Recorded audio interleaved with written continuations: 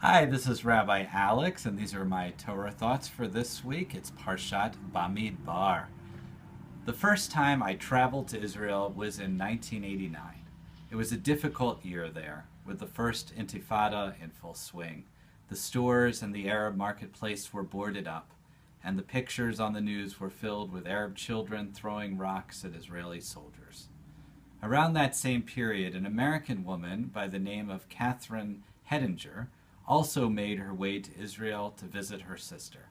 An inventor by nature, Hedinger saw the strife between the Israelis and the Palestinians and wanted to find some way to make things better.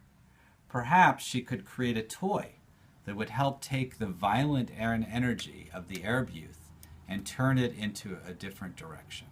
She experimented with something that resembled the rocks that children would throw, and eventually refined the device to something that would simply spin in a person's hands. For over 10 years, she attempted to market it, seeing it rejected by all the major companies, only to see it transformed well over 2 decades later into the most popular toy on the market. What Hedinger invented was the fidget spinner.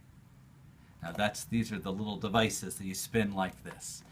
And while it never created peace in the Middle East, it has helped countless individuals deal with anxiety. I tell this story in the week we begin the book of Numbers, or Bemidbar, in the Jewish community.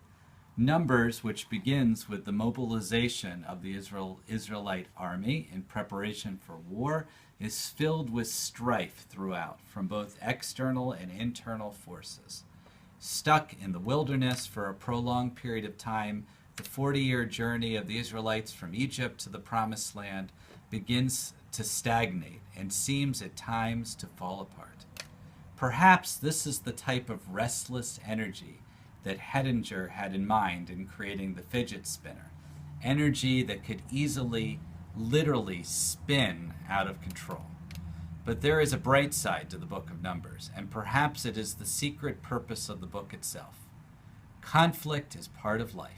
And if you survive it, hopefully you will be stronger because of it.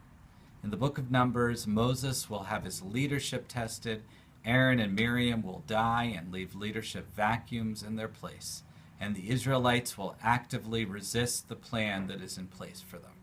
And all this while they are both attacked and being attacked by surrounding nations. Since my first trip to Israel in 1989, I have made 7 subsequent trips. Many have been during difficult periods, and I have even lost friends and family to violence over there, making me appreciate times of relative calm like I enjoyed in our communal trip this past January. Times when I can bask in the sun of the Holy Land, relaxing, perhaps with a fidget spinner in hand, and no other worries in the world.